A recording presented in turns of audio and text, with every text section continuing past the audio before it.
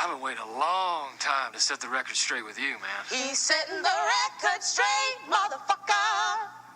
I trusted you, Don. I trusted that what we were doing was bigger than all of us. But it turns out all you wanted to do was get your ball sack played with by someone with bad credit. It's an age-old tale. His trust was betrayed by time. Balls and wiener. I don't get it, McDermott, man. You used to be so easygoing. Yeah, I was. I was easy breezy. And then guess what? I fell out of a plane and hit the ground, and I didn't bounce. But you know what did bounce? My butthole through my face. Geronimo Spotlight, displaced Ines. I'm so sorry, McDermott. I need your help, man. I feel so empty. Don't you get it, Don? This is where all the cars we sell end up. It's not about the cars, it's about the team and finding people you love. That's it. What do I do? You know what to do. Get off the road, man. Ladies, gentlemen, and motherfucking racist pieces in between. Yo, this is your motherfucking boy, your friend, your spick, your communicator of things that you may not want to say out loud, but I say them anyway because I give no fucks. Yo, this is your dude, Soap Apple again, with another motherfucking episode of the Soap Apple Incognito podcast with ladies and gentlemen and recent pieces in between. What do we call this motherfucker? We call it the Spick podcast. And I'm very happy and excited to be able to talk to y'all because I didn't get to last week and kind of the days is be blurring. And just a kind of quick little tidbit, your boy has been in between gigs, you know what I'm saying, on my new entrepreneurial tip, or as Arizona Verse like to say, Tommy from fucking Martin, which I take with great disrespect, but also, I mean, a lot of truth to it. And I've been jumping around. It's funny because I almost felt like, and I don't know if I can't correlate to club hopping because I don't do such things, but, you know, like where you go, you make a cameo appearance, you get the feeling for things, and then you move on to the next. I know I have been the type to go church hopping because you can go to one place, you want to sniff out the bullshit, and then, you know, you go about your merry way into something else, hopefully more fulfilling. And it's been funny how I was trying to plan things because I don't know if I told y'all or not, but I was able to get that government gig that, you know, they've been waiting on just for the sheer fact of being, you know, grown man business, right? Still being too much of a chicken shit to go out there and do my stand-up thing, but that'll come with time, hopefully, once I see an opening, once I meet the right Jew assistant in Hollywood or what have you. You know, that's never outside the realms. You never know how you're going to tax something until it's, you know, time to pounce. But regardless of that, I'm trying to, again, get my main priorities situated just because, you know, we got to live in a logical and coherent reality. And I can understand that maybe my understanding or beliefs may not, again, coincide with what might be commercially accepted or sheep worthy, but whatever. We're just, you know, we got to get our ducks in a row, right? And once I figured that shit out, I got a time length. I had just at the time, I was with this windshield place. I don't want to say too much, but, you know, good people, you know what I'm saying, good job. But that I was feeling at some point, I'm like, man, I really don't like working. and it takes, and you might already understand how your work ethic, you know, portrays into, and there's a lot of other factors in the mix that just made me not feel what it was. But it's funny because jobs that are hiring, they're hiring you because they got work that needs to be done. For you to come in and not want to do that, like, get the fuck out of there, which is exactly what I did. And the only reason I did at the time, because there was another gig that I was jumping into, and actually I just did about 2 weeks there. First week was training, second week what they call OJT, on the job training, you know, kind of getting the feels for the real thing. And this place, who I want to give a big ups to, but at the same time, you know, I don't want to speak anything negatively in how things might have popped off. But they're a big organization. I want to say almost nationwide. For sure out here in AZ, out in Texas, out in Florida, with all the crazy states, right? Also states that happen to be the places where a lot of illegal migrants, you know, touch down at. For example, here in Arizona, we're a border town. There's a lot of border towns between here and Mexico. So that's, you know, South America. And same thing with Texas. You're so close, like to Juarez and all the gangster parts, where motherfuckers are going up there fucking, you know, shooting like goddamn cowboys. And then, you know, motherfucking places like Florida, where you got motherfucking S.P.i.C fucking coming down goddamn river tubes. Like, you know, it's cultivating place for these migrants. Now, one of the things that I realized, especially because I don't say they specialize, but the primary patient or client, as it will, they're coming from Central America. So like your Honduras, your fucking Guatemala, you know what I'm saying? All the fucking damn near indigenous looking motherfucking Mexican types. But again, these are different countries. They ain't Mexicans. It ain't the same shit. If you anything outside of Latino, you might not understand the subgenres of Latinos, but that's exactly how it is. Just like in rock, you have fucking grunge, you have your punk, you have post-hardcore, or wherever all these other things, degent, you know, all these fucking different types. Well, in that same case, same thing with the races. Just how, you know what I'm saying, ain't one nigga all the same, and there's a million types of Asians. They're just different seasons, different flavors of everything, right? One's particular sort of thing, that's just the primary source of folk that you see in that tripped out, because I can understand, you know, most Afro-Latinos, you know, like Dominican, some, you know, in Cuba, you know, when your boy Christopher Columbus was going around, this motherfucker was giving slaves to everybody because it was money, and, you know, you can only hold so many, so when you stop and buy, hey, take all the fuckers that I got. Well, again, whether it be off of some cuckold shit, or whether because they got to become free, they spread their seed, and, you know, shit mixed.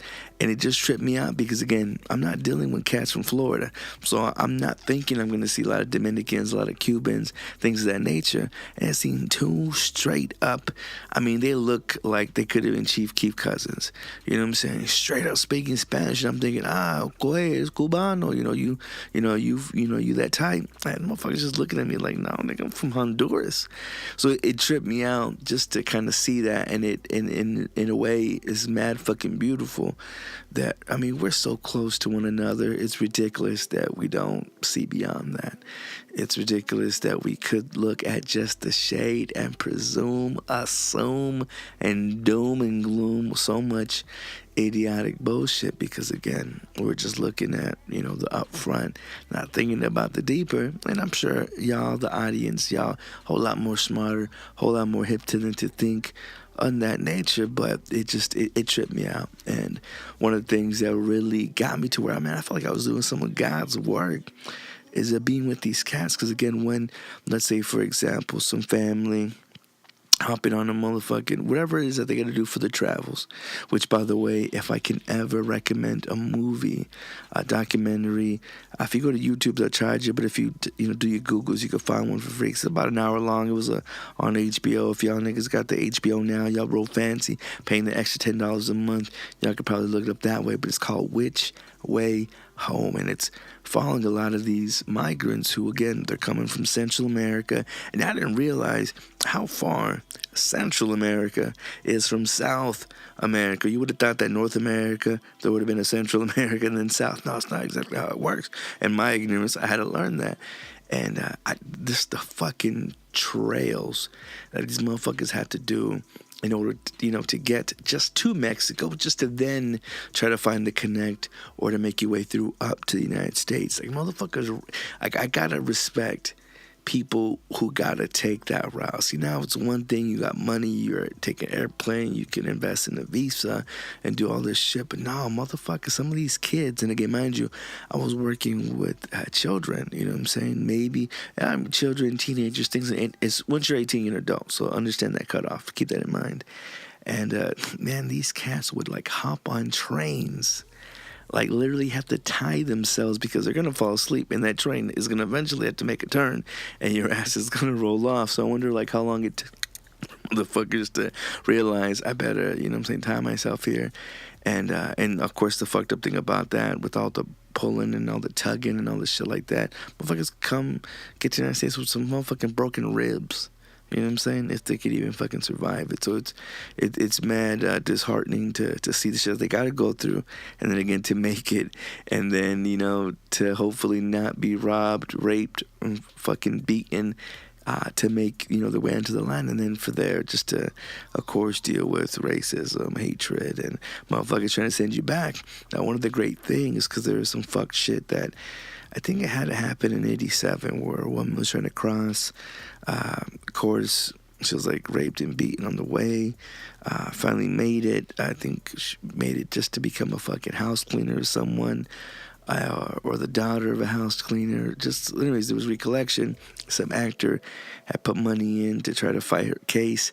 It literally took from 87 till 2003 to where they started to pass a law to look out for these children who, again, some, you know, people might use, you know, have anchor babies in order to keep themselves here. But check this out. We'll kick those motherfuckers out and we'll keep the babies. And then, I mean, it's bad enough at all the, I mean, cases that I've heard of or that's been going on from, you know, negligent parents who, of course, leave their kids malnourished or just in impoverished fuck situations to defend for themselves. I mean, we have enough of that. You know, we have enough druggies and fucktards and that are, you know, not nationals, but are locals who do fuck shit that keep foster homes busy and, you know, enough broken homes, you know, to spread the opposite of love around, right? Well, then you got these other motherfuckers who, again, are trying to fucking trying to touch down here where we are, where, you know, we might be complaining about whatever first world problems that we have. These motherfuckers literally don't got shit to eat. Or, you know what I'm saying, the fucking family are on some kind of religious bullshit that allows them not to contribute or to have access to birth control, who, again, keep shitting kid after kid out. And, I mean, without it sounding any worse than what it sounds like, I mean, kids can be a burden. You know what I'm saying? As much as they're a blessing, they're also a burden. So can you imagine someone with less means and abilities to have all these fucking burdens? Like, it's no wonder why a lot of them go into war. It's no wonder why a lot of them go into trafficking or, you know what I'm saying, smuggling or doing some kind of gangster shit to try to get themselves out of the situation that they are, because, again, we're a product of our environment.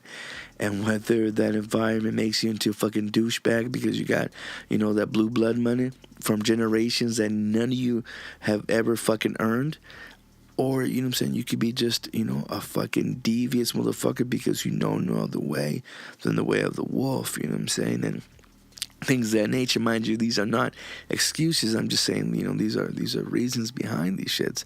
So when they're trying to cross over here, like, it gave me so much more like compassion for the hustle, for the fucking the motivation that they have, because, again, you know, I'm barely a first generation here, but I mean, I don't hardly know shit of my roots. I definitely don't go out voicing, you know what I'm saying, for my heritage, because partially I don't give a fuck. And the other part is that, you know, it don't really apply to much of my daily life. So things of that nature is where culture and shit gets lost. But that's also where it's up to us, you know, to make our own traditions and things of that nature. But again, back to just seeing the struggle and the hustle that these kids had to do, you got to put them somewhere. And luckily, there's organizations that, again, after, I don't know, 12, 13 years of fighting, finally made it, you know, a sort of thing to where, you know, nonprofits are able to spring up. So then you kind of have your wariness of, oh, well, every time I deal with a nonprofit, you figure, nigga, someone's pocketing something, right? Someone's got to be making something. But, you know, it costs to live. And it's funny that the way that I see some of these kids live, although they're prisoners, with another thing that's funny is that in this jumping of off point from, you know, trying to find a gig, I actually had a brief thing with our local sheriff's office, seeing how they process the food and how they, you know, be feeding inmates and how they do all this shit. Like, you definitely, mind you, it ain't a matter of cutting corners. It's just a matter of using the proper resources and, you know, doing it to a certain, you know, wave of extent that has to, of course, be safe and sound, but at the same time, you got to be able to kill as many birds with as, little amount of stones as possible, which I've lived that way for fucking majority of my life, so I get it. I understand. As much as I hate business, I understand and respect it. Now, in that same cause, it's funny that seeing that most, people doing time for whatever bullshit that's going on. You don't get 3 hats in a cot. You get 1 hat and then one, whatever edible, and as well, as getting your fucking concrete floor of a bed. Which, mind you, again, you shouldn't have too many fucking perks when you're arrested or being dumb enough to do whatever it is that you've done. And I'm not knocking that there's not, situations where you might just get fucked due to fucking, what's the word? It's so funny because I always use it when I talk about this DUI I got fucking with being a goddamn part of the quota. The cops got a quota to make. So you may not see them actually working near the end of the month where that quota is due. And if you went 2 miles over the speed limit or you drunk by the slightest degree, you're fucked. You know what I'm saying? I can't knock the shitty situations like that. So not everyone that's doing time, I can't say that's fair, but that's just life. Life isn't fair. But I laugh and I smile because these kids who, again, didn't have much shit to begin with and probably won't have much if they don't have someone to sponsor them or to, take them in and things of that nature, they get fed really well. Like, I'm talking about breakfast, lunch, dinner, and there's snacks in between, and they get fucking fresh Nikes, and although everyone's dressed the same, they get, fresh pairs of clothes, and they're taken care of, and I feel and I hope that as they see this, it's not just a matter of, oh, well, this is what I get for making it. I hope this is like, okay, this is what happens when you go for something that you dream. Hoping that it's going to instill something in them. And at the same time, too, that, they're doing school things. They're learning English. So, racist fucks who say, speak goddamn, tongue of the language, tongue of the land, they truly can. And it's funny because they call everyone Mr. and Mr., to show them respect. And it makes me trip so much because they'll be like, oh, hey, Mister, how was your day? Or Mister, welcome to my class, or just little things like that, that they pick up on and they learn obviously from the classes. But what's even funnier is when you can tell that they're picking up things from the workers there. Because I hear some of the girls fucking scream, "Oh my God!" and it trips me out because of course they had to have heard that from a bitch tripping on whatever the fuck bullshit she's tripping on. So it's just magic, and it brought a lot of warmth to my heart. But then at the same time, as I'm working it, I get the heads up, yo, government job's coming. So I'm thinking, well, shit, I definitely can't pass on that opportunity. So as much as I felt, like I was giving back and learning, and I do it every time that I've been jumping ships, I've been learning shit. You know what I'm saying? If I'm not the captain of that ship, I don't got to go down with it. But again, so I'm, definitely trying to take advantage of every opportunity, trying to grow from it. And I'm hoping that I really knock out the park, what I'm going to be doing now, moving forward, and definitely I'm going to be in such, again, mind you should never strive for mediocrity or commercialism, but at least in this aspect, I know that I'm going to have my holidays off, I'm going to have my weekends off, which means I'm going to hopefully, if I do my chores and my mama don't get too mad at me, I'm going to be able to, hop online and I'll be able to communicate with y'all, do this, try to escalate this another way. Our boy, Arizona Verse, is being underpaid, probably underfucked, but overworked, and that may be why you're not hearing him, but I'm pretty sure he's on the interwebs, deep into the interwebs, deep dark interwebs, so definitely look out from there. Shout out to him and tell him, man, you gotta do a fucking show with Papo again. Cut the bullshit. But speaking of some bullshit, though, I'm pretty sure y'all, maybe, if y'all follow on the YouTubes, noticed that the page no longer exists. Supposedly, it was my fault. I didn't know that y'all didn't like the fucking clip art that I picked from my podcast.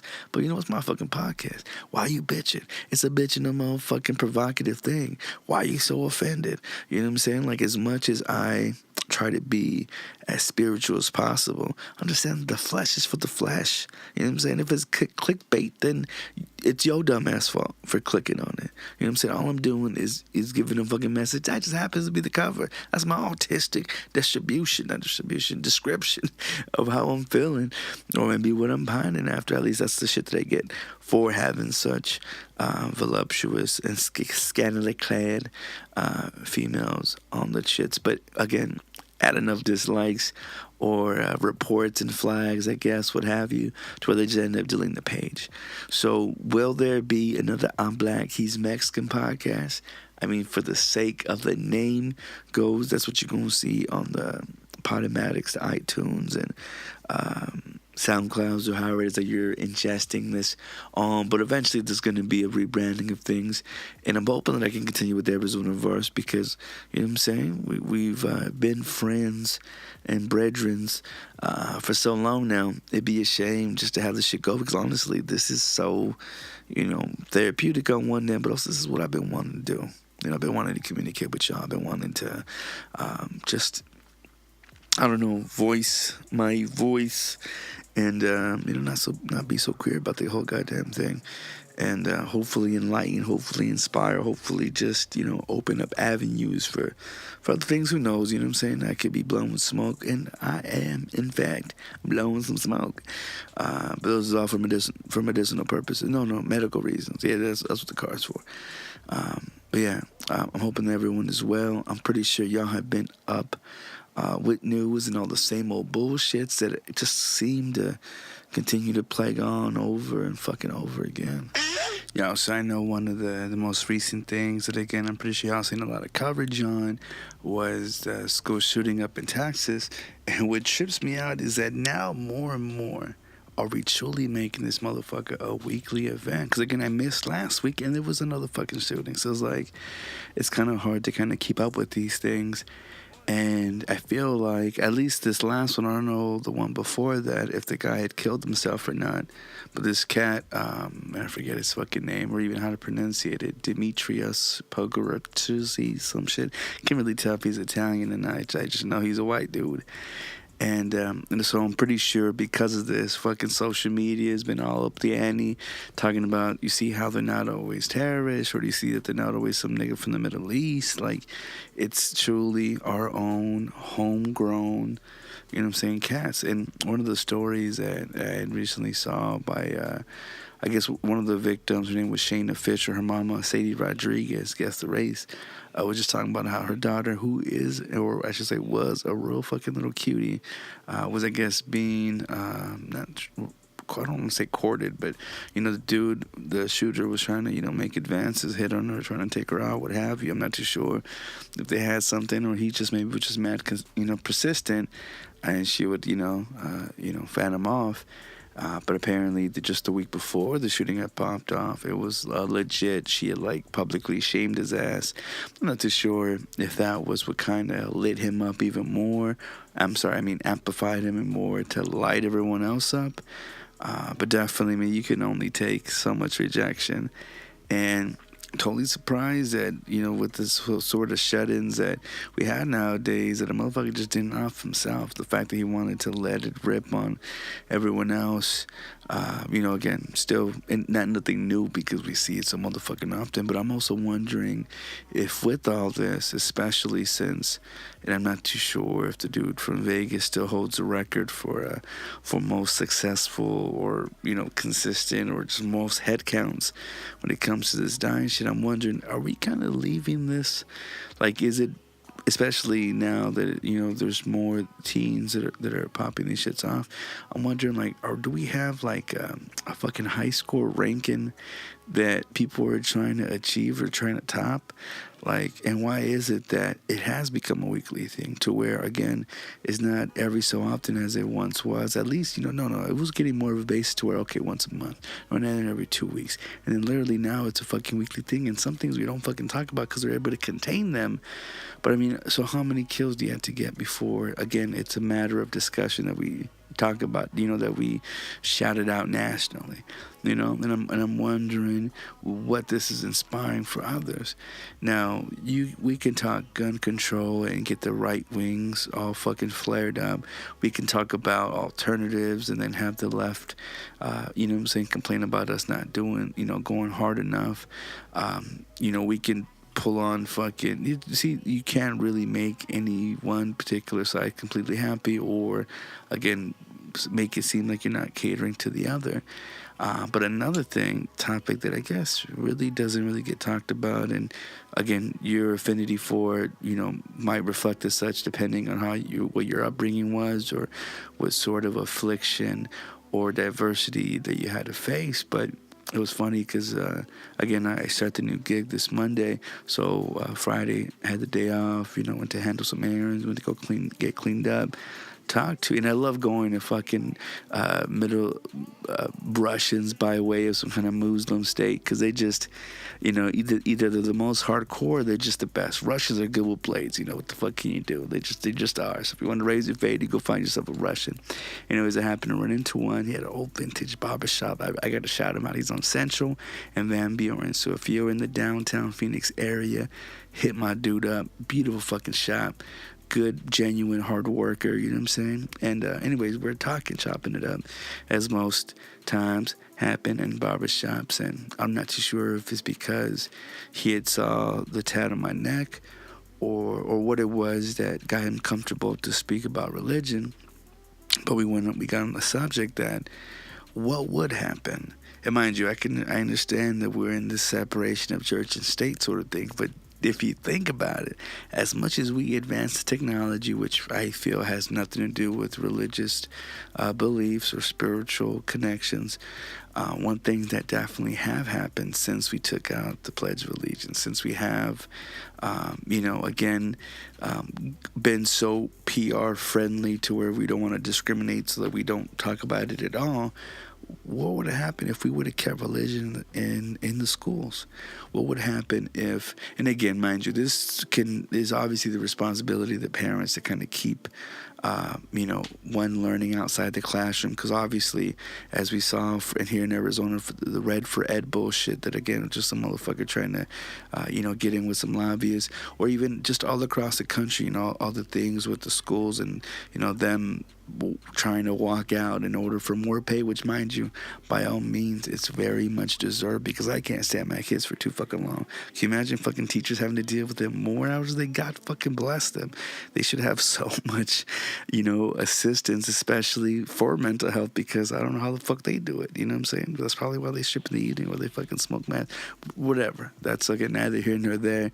What I'm trying to say is, it's up to us to kind of educate, you know, our kids to be able to have a basic understanding and respect for humanity.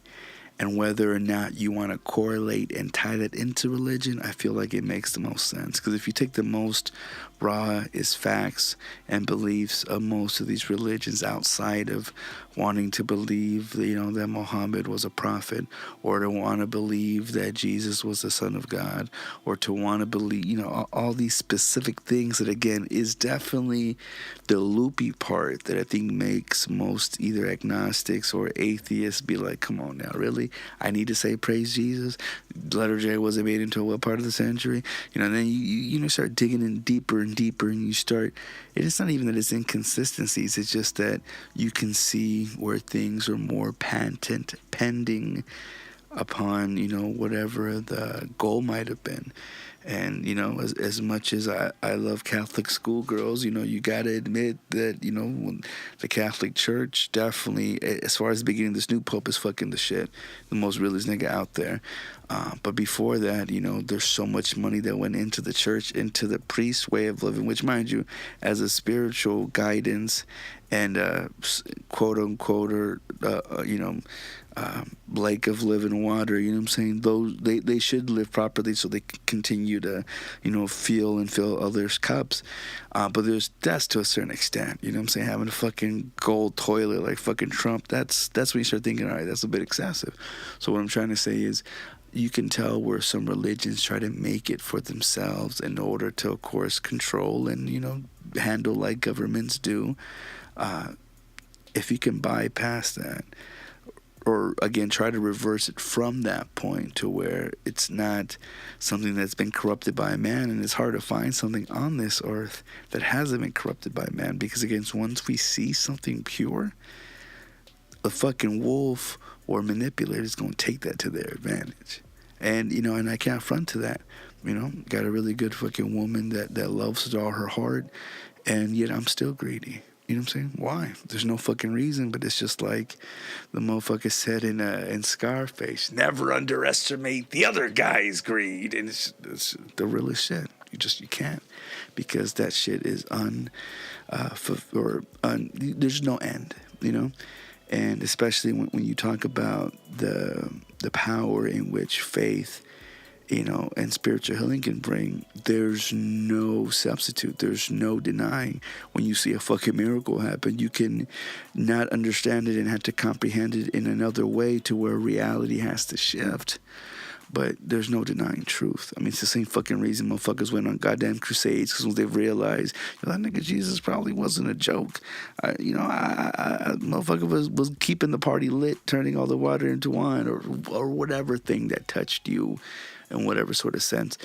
And that's why I can never deny it. I can never deny the power that comes from professing of that, or from the love of that, or I've seen too much to deny, right?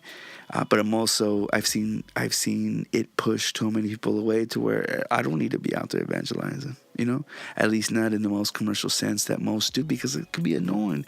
It could be seen as predatorial as well. Like I said, there's no winning them all, because not everyone's the same. You gotta fucking know your audience, right?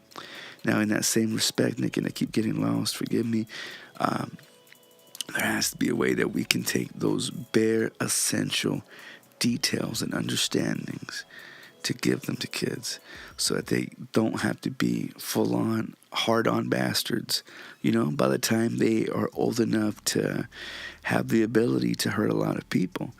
And I think it just goes back. Mind you, we don't need to go back to the fucking 10 Commandments, because I'm pretty sure there's a whole lot more that, we didn't want to let go of.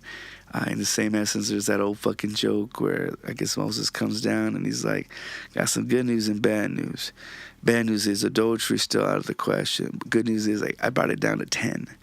And in that same essence, no one wants fucking rules and regulations. But again, without it, if there wasn't some kind of ecosystem, whether it be of prey and predator or things of that nature, I mean, shit would truly be chaos, and there'd be such an imbalance that, we get the fuck world that we have. Same reason why they're trying to fucking bring back goddamn woolly mammoths by gene slicing elephants with, fossilized DNA from them shits from back in the day, and they want to put them in the Arctic to somehow give us a rebalancing of things. And will that prevent, or will that have any fucking sort of affliction or effect with global warming and all the fucking heat that we're radiating from our own fucking concoctions? I mean, who the fuck knows? But again, if we don't test the theory, how the fuck will we know if it works or not? So again, all respect to that, and again, back to wanting to teach kids the basics. I mean, if we could teach motherfucker the ABCs,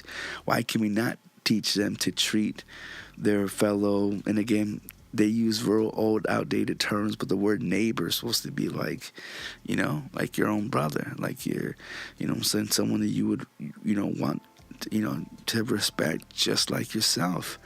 Because if you were to truly give in that aspect the way you would want for yourself, can you imagine how friendly of a fucking world this would be?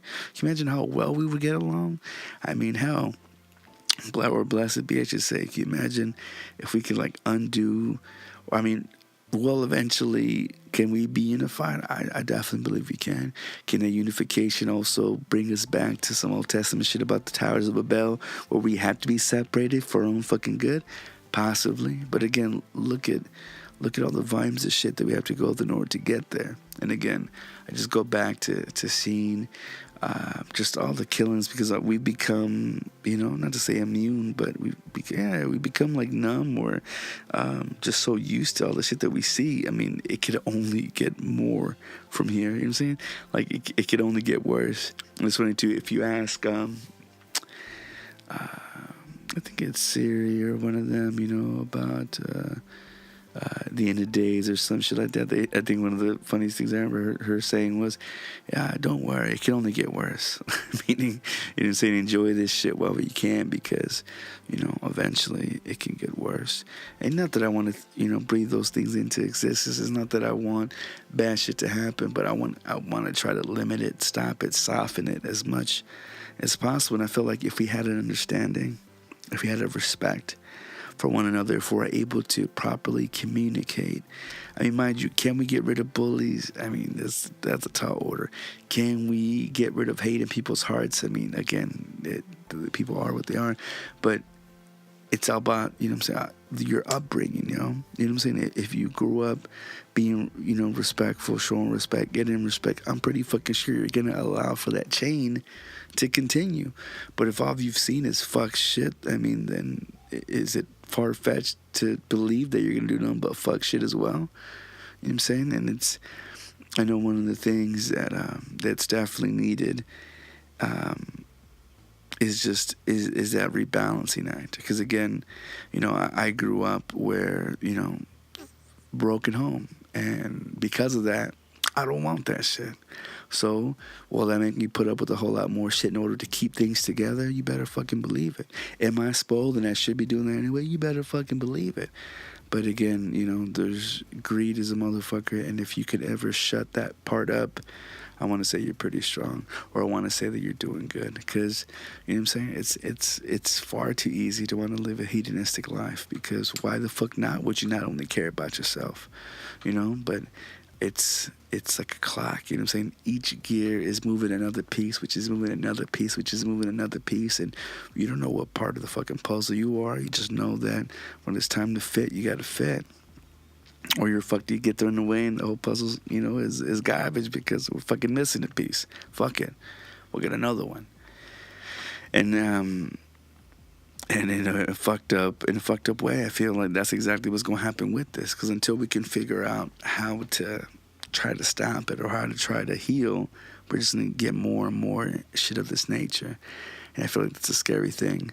And again, I can't expect for anyone to ever agree on what the right path would be, especially when it comes to that of your faith or that in which your tradition has. Because again, we get so complacent in what's comfortable or what's familiar that you'll be in a shitty situation, whether that be a relationship, whether that be a job, whether that just be a way of fucking life because you're so used to it. Anything else seems scary. But if you stay in your comfort zone, how the fuck can we grow? Truly. One of the things, because I got to mention, we're talking about learning, we're talking about passing on good messages. Speaking of just passing things along, California has actually seen like a record rise in cases of sexually transmitted diseases. And those we pass on like fucking mints on top of a fucking pillow in a hotel room. But this spike, though, of numbers of stillbirths caused by syphilis marks a third year in a row that the state has been, again, has a widespread on STDs. Now, they're saying that more than 300,000 cases of chlamydia, gonorrhea, early syphilis were counted back in 2017. And they're saying that the California Department of Public Health officials saying that, again, the upsurge constitutes of a 45% increase compared to 5 years ago. That's a pretty big fucking jump in shit. And mind you, it's funny because I noticed, and again, I'm not going to blame this on hip-hop because, I know the man loves to do that shit. But if you think about it, especially I was listening to one of those Dreamville niggas, Roz, Cos, Boz, or fucking Vaz, one of them cats, it was funny how he talks about, I never use a condom. And I'm not too sure, because that's been like a young nigga thing where, and mind you, 80s babies, they might have scared you with AIDS to want to believe in them. We can go into conspiracy theories about that, but there ain't no fucking doubt. A dirty poontang and a dirty dick don't fucking match. Well, actually, they do. But they'll catch you with something. You're going to get something from that, and it ain't a fucking well-received prize. But what trips me out, especially because, they try to lock this down into being when younger kids. Well, I remember being in high school and being mad haterish that, the local hoe of the class was going out with some nigga that was like, 5-10 years her senior. And that, of course, is not a good fucking mix, because you're getting all the communicable diseases of public school districts out to, one motherfucker who, happen to be preying upon them. You gotta imagine that motherfucker then has whatever wifey, whatever girl, baby mama, whatever the fuck that he's passing that shit on to. And of course, the hereditary wholeness is gonna kick in because of whatever, maleficent bullshit that he probably conjured up in her, and just start spreading. Because now she's fucking out of spite, fucking out of envy, fucking out of all this. And then it just spreads. You know what I'm saying? Spreads like a hoe's legs. And I don't know, that shit like that really makes me like freak the fuck out when I, went back to times of, going on like POF or some bullshit like that. Like, it's been years since I've been on anything like that. And I remember when I did try it, and I was, you could say, quote unquote, successful or mission accomplished, whatever the fuck I was trying to do. It freaked me out at how fucking easy it was. Mind you, at that point, that took some kind of creating a bio. That was one thing. I haven't lived in this current generation of swiping left or right or whatever the fuck like that, because I imagine it's even easier, right? But can you imagine, like, oh man, like some of the do's and don'ts that I can try to think back to of like when a bitch would say, let's say I ran out of condoms, or, in a few instances where it ripped. Oh, it's okay, I'm on birth control. Really? Let me see the fucking tablet. I gotta see. They make sure you're on Sunday. What's today? Or when they'll fucking hit you with, I can't get pregnant. Like, oh really, bitch? You want me to believe this thyroid problem is gonna really stop you from doing this? In which case, or my favorite one, my favorite one is, and mind you, did I give in too many fucks at the time? It took me a little bit to learn and to get hip to it. But another scary one is like when a bitch will say like, oh, I'm allergic to latex. Oh, really, bitch? I don't fucking like it either, but never would I fucking say I'm allergic to this shit. Like, oh my God. It's scary. You gotta think about these things. And of course, as shit's happening, we just see that as a freeway. We just see that as a pass. Like, okay, I got lucky. I could save this one for the next bitch. But no, because you saving on that is gonna cost you, possibly. And you can get lucky when you get lucky. That's, I think, the whole reason why Pharrell jumped on that fucking track. Not here to get lucky. But whatever. But I guess, STDs, fucking... This next thing that I wanted to bring up kind of goes in hand to hand, especially when you think of, putting on a movie. You might think, if it has like full-on nudity, it's going to allow for the ahem, part to explore the sexuality, fun. But that doesn't always turn out that way, especially if you're trying to butter up, right? Let's say you're trying to do the old Netflix and chill shit, which I know, it's a joke that's been, I guess it's been a few years now since it started. I forget what kind of comprised of that, because I know before the Netflix and show, I was always attacked. My movies on deck. Okay, gotta put on something funny. They say that bitches love scary shit, but that was never my way into scaring someone's pants off. It wasn't me. But whatever, whatever gets bold or helps you find that lost remote. But you'd be surprised that the Netflix actually has some like borderline porn shit on there in the catalog, and in some of these, were made. I don't know if it made it past the censors, or if they don't require like X ratings, but some get pretty damn dirty. You put on a fucking full-on porn that might interest a bitch, that might not. Because think about it, you're showing her a motherfucking anaconda, and you might, barely have a trouser snake. But if you could, I found a list. Let me say that I found a list so that you could queue up on your Netflix. So that the next time that you have that opportunity, you can take a look at these shits, and hopefully, if the algorithm is right, well then, you'll get to where you need to be without making too awkward of a transition. But there's a movie called Starlit. It was made in 2012. It was an indie drama about a 21-year-old who befriends an 85-year-old woman and has the potential to be, a real sweet film. Except there's a part where the main character and roommates are porn stars.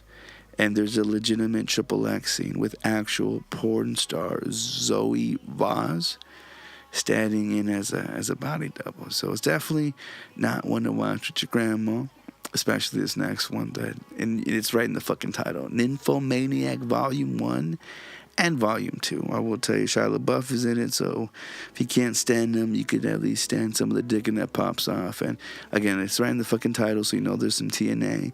But what makes this one so rough, and I mean rough with emphasis, is that there's an experimental drama about a woman, again, with the sex addiction, but it's also deeply disturbing and dark. So the director, who actually filmed real porn stars having sex, then digitally placed their genitals on the actors. So that's good use of CGI.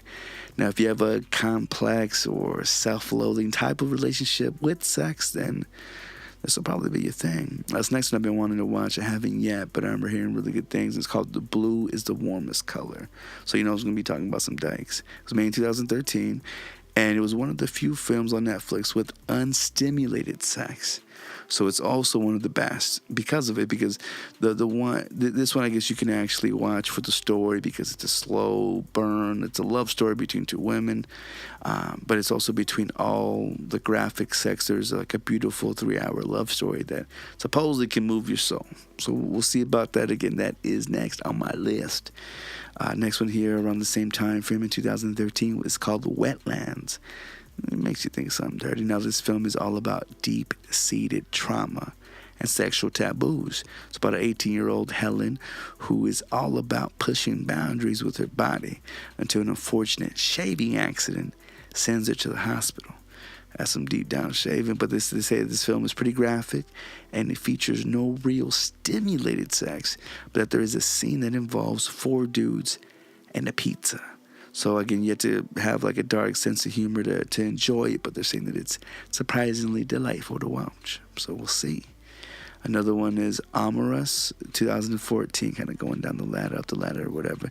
And in order to fulfill their sexual fantasy, they're saying that 4 protagonists of the film move into a cottage of some old-fashioned partner swapping. And at first it seems to work until a stranger arrives. And the sex scenes in this flick are graphic, pretty realistic, so it'll get you there if you're there to get somewhere. Another one, again, no surprise in the name, Bang Gang, a modern love story. 2015, they're saying that life is pretty boring in a small town of France for a group of teenage friends when an innocent game of truth or dare turns a Saturday night party into an orgy. Hells yeah! Anyways, the scenes, I guess, are stimulated, but still, it's pretty sexy, as you would imagine a French film being. Another one is called A Perfect Ending, which makes you feel like it's on some gay shit. 2012. Now, the premise is, this one is a pretty straightforward, and it's legitimately the plot line of like 90% of what you'll find on Pornhub. A middle-aged, privileged woman in a loveless marriage admits that she's never had an orgasm, so she contracts the services of a call girl named Paris. And I guess, of course, a bond, forms between the two women. They cultivate into some sex, passion, and a lot of soapy drama. So if you're into that, there you go. Another one here is called Fragments of Love. This one's back in 2016. This one goes a little bit deeper than just sex. So the movie's about a composer who tries to find the perfect woman, that inspires him, but also tortures him with her sexual past. I've been there.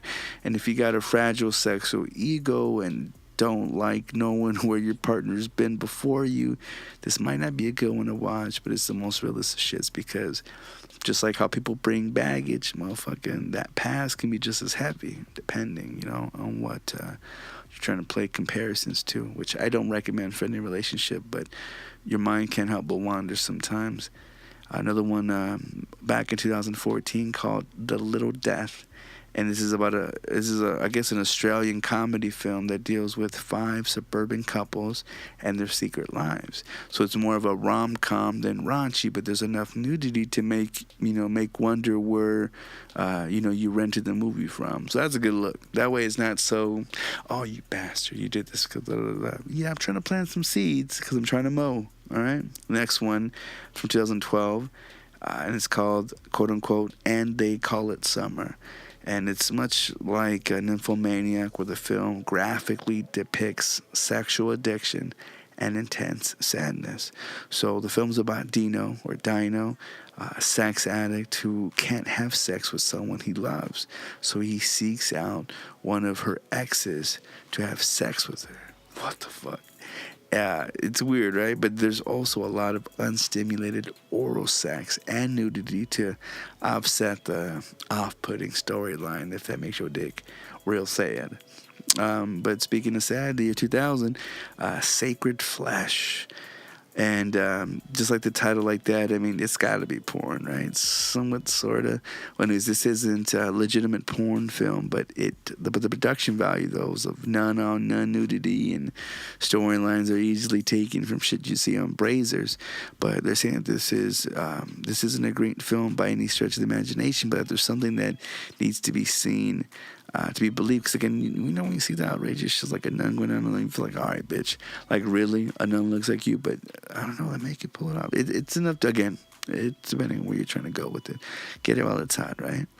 Well, there's another one, 2004. It's called The Life. What's Your Pleasure? And it seems like everything Denise Richards does is kind of close to porn.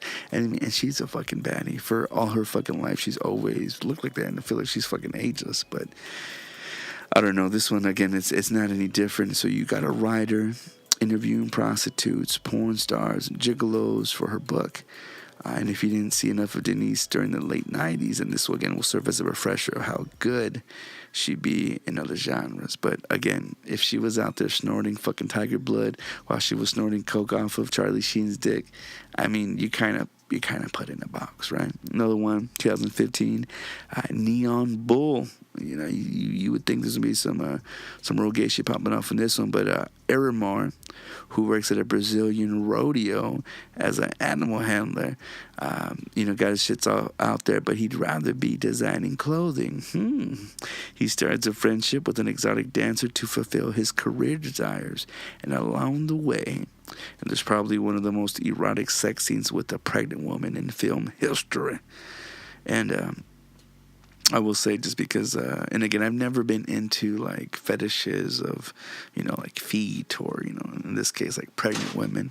But one of the things that I've always found the most attractive, and this is especially when my wife was having my baby, that she just, it was full on adorable, from the waddling to just, needing a breath or a break. And there's some shit real beautiful with that. So the fact that motherfuckers bastardize that shit, fuck all of y'all. But again, whatever tickles your pickle, then go on and do the dickle, right? Another one here with a very straightforward name, Sex and Lucia. This movie is in 2001. It's a Spanish film about a waitress whose boyfriend disappears, so she moves to an isolated island and encounters two strangers. Beautifully shot, genuinely erotic, and it ends incredibly darkly. So you gotta have that when you're mixing so many eggs in batches. And I'm almost done with this shit. Another one was Student Services. I think it was about 2010. Doesn't really tell me here, but it was about a young student / prostitute that goes her whole life servicing ugly clients and making love to her boyfriend. And there's not much of a plot on this one, but there's a lot of French sex and minimal subtitles, so you don't really miss too much. You can't miss a titty. That's the most important thing. When you've seen a feature film, you want to see what's going on, but you don't want to look away from the titties. Back in 2009, which just always makes me think of American Beauty for whatever reason, what we called Romance. And this is one is like a hair's breadth away from being a legitimate porn, as it stars actual porn star Rocco Siffredi. Anyways, this art house film from France has extreme explicit and unstimulated sex scenes when a woman who is unsatisfied with her sex life goes out to find satisfaction. So that's definitely a hose off her leash sort of niche thing. And I remember one of the first films I remember seeing that kind of took it there, and this was back in 2001, was one we called Y Tu Mamá También. Now this is definitely an erotic comedy, and it's easily, again, like I said, one of my favorites on the list, because there's about two men on a road trip with a sexually liberated woman, freshly divorced, ready for a good dickin'. And sure, there's a lot of graphic sex, but there's also great performances and emotional depth. Again, definitely a coming-of-age tale. and also one of the dudes on the current Star Wars films. I don't know if he got his start on here, but that's definitely where I remember him from. So it's always a good fucking look to just see the evolution of some actors. Another one back in 2015 is called Love.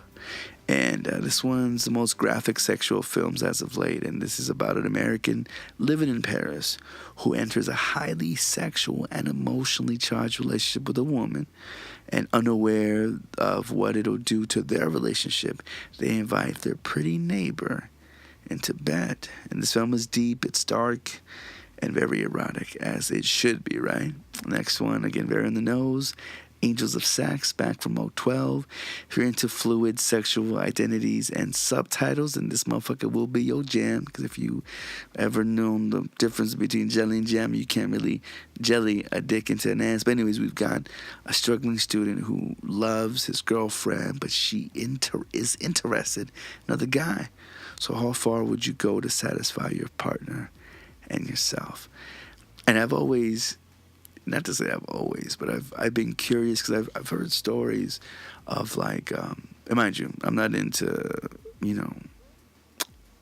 fucking kiddly fondling or bullshit, but I always was interested when I would see or hear stories of men wanting to, predator some younger woman, and then the girlfriend being so much in love with him, fucking helping lure the bitch, trap the bitch, you know what I'm saying? All because he gets his rocks off to it, and she loves him so much she wants him to be happy. Like, how the fuck does that happen? How can I convince my woman to get a girlfriend and have me get to enjoy those things? I don't fucking know. But just like anything, there has to be rules to it. In 2013, there was 10 rules for sleeping around. And this is a screwball sex comedy that follows two couples and the rules about open relationships and their sex. And this is more raunchy than, porn-ish. But there's a lot of nudity to be had, which is always nice. You want to enjoy. So nice, last one here I'll throw in here. This is back in 2010. It's called Room in Rome. And it's about a young Russian woman, a holiday in Rome prior to her wedding, where she meets a new friend and sparks fly. The two women begin to become intimate over the course of the night and discover more about themselves. So again, if you want to throw the Leslie thing out there, y'all might want to start with this. I mean, if it ain't already obvious that you a butch dyke, this might be the way to slip on in, especially if you ain't and you one of them stems. I don't know. It's just a recommendation. Take it with a grain of salt and some tequila. Yo, so just to kind of keep things moving along, shit you might have heard about, especially if you spent any time on the internet, you probably heard about and argued over the certain viral sound clip of somebody saying Laurel or Yanni. This shit pissed me off. I'm thinking, by what conspiracy gods are they fucking making us listen to this shit? But I'll get to that in a second. This guy, actor named J. Aubrey Jones, is recorded saying the word Laurel. Some people swear that they're hearing him say the word Yanni. That's what others are insisting. But for Broadway and television, again, actor J. Aubrey Jones, when he hears himself, he at the same time is confused. Now, Jones did some voice work for vocabulary.com, recording more than 36,000 words for the website back in 2007, including the word Laurel. And apparently that is the source audio for the Laurel Yanni viral clip. These niggas were digging in the crates to try to fucking make this internet craze. I don't know how the fuck it works. I don't know how it happens, but he said when he first heard the recording, it was on a Wednesday morning on TV, and he was putting himself together, and he did not recognize the voice at all, according to what he told the Weekend Edition of Sunday's Weekend Edition.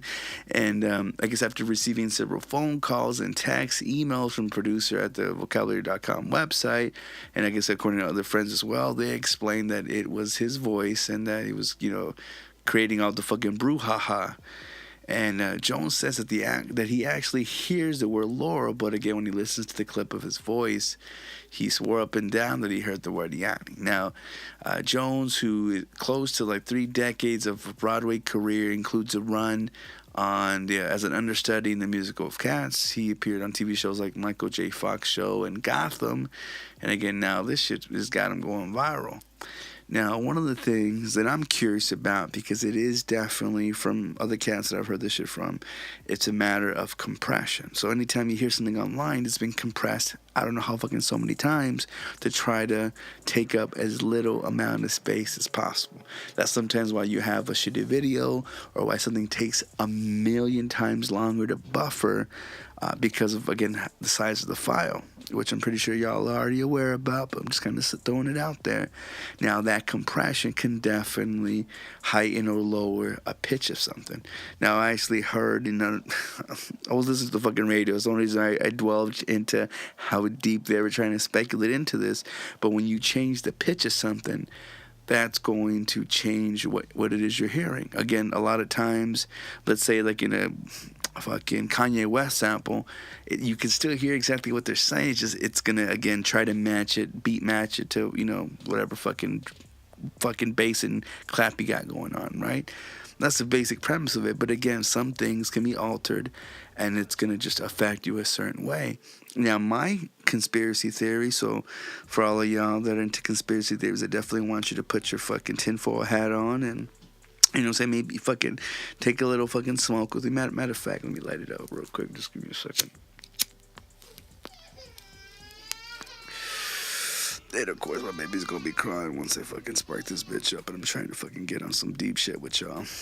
But, my theory to this shit, ring the alarms in my peoples, is that there is some kind, however it is that the government or whoever even above the government is trying to process shit, they're figuring out that depending on the pitch that you hear something is going to depict how you ingest it and if it saves to your memory banks. Now, fuck with me. When it came to Hillary Clinton, obviously you're in a stage, you're performing, you're having to, take it up a few notches. Her voice got real fucking scratchy, real goddamn annoying, to some, which is probably the last thing you want to hear when you have a fucking, woman or wife that's fucking bitching your ass up and down the street. The last thing you want to hear is a fucking other bitch raise her fucking voice, talking about shit that pisses you off. Foreign policy, money, school, Medicare, what fucking have you. You know what I'm saying? It was just unfortunate for her. You know what I'm saying? Had she been sexy or had a different kind of voice, that could have changed things. I don't fucking know. I'm not trying to get into that topic. I'm just trying to make an example. So if we can, and mind you, when I say when we give our information away online due to whatever social media that we like to use that we don't have to physically pay anything for, but again, they get all our, information, and Lord knows what they do with it, the ads that they put on there by you just walking past a certain fucking store, email alerts, or fucking whatever. And if they have all this information on how to sell us, can you imagine if they know at what frequency to have something have us ingest something, so that again, not only can that seed fucking properly land and be watered and grow, but it becomes something that again is going to be something that we move forward with? Can you imagine the shit they can make us do? Could you imagine the fucking shit they could sell us on?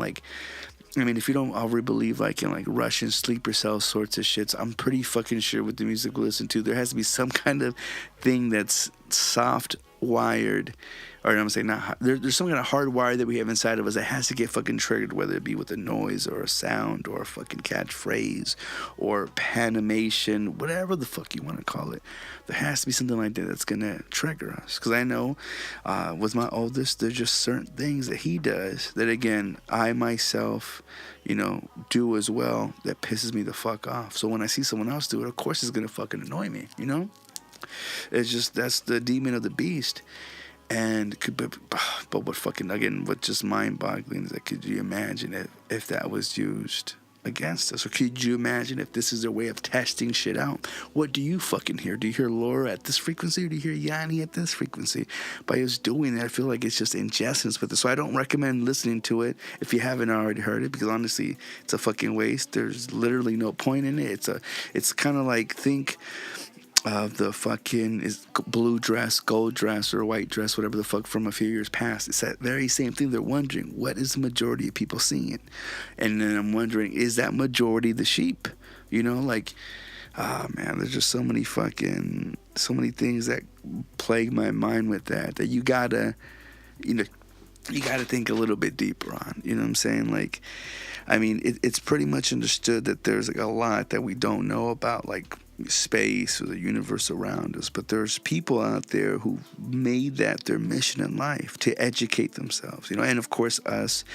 But since there's only a select few that have been to space, or that felt the enlightenment, and only the smartest and brightest get to know all the secrets of NASA, I mean, there's bound to be some talk about the things that we don't know, right? And with that, some of it's pretty mundane or scientifically over our heads, and there's a faction of people that have come up with some pretty wild conspiracy theories, whether it be about life, whether it be about space. And because they're too paranoid to believe the things that official agencies will say, because of course you could only say so much without it maybe being I don't know, like, I feel like we're limited on the truth that we have, because some people, like, I think it was Jack Nicholson who yelled at somebody, "You can't handle the truth."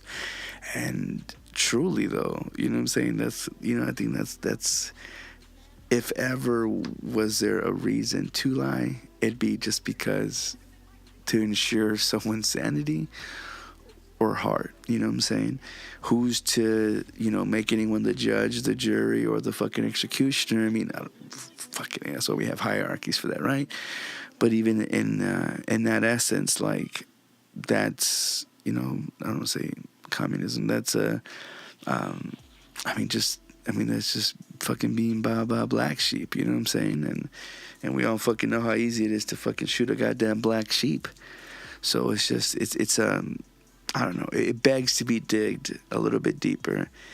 And as always, I always have my fucking list of shits, and I actually found some theories. Again, just because since I'm metaphorically being out there, well, then I'm gonna be as fucking as literal as fucking possible. Allah Akbar, fucking the Bible and shit. But there's a theory, for example, and I know all you heard about it, that Apollo moon landings being fake. Now, between 1969 and 1972, 12 NASA astronauts walked on the moon, and despite the photo and video evidence at the time, as well as updated photos of the landing sites, and people still call it shenanigans. Between wondering why there were no stars in the sky, to like asking why the flags were fluttering, to pointing to strange shadows, people are convinced that it was all done on a Hollywood soundstage. I think they're trying to think that Kubrick had done it, right?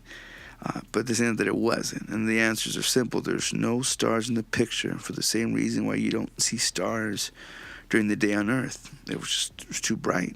The flags had metal rods sewn into them, and that would make them, look good, or else they droop. And then the shadows were because of the radiation and the 60s era photography technology, supposedly. You know what I'm saying? It's like, this is all supposed shit.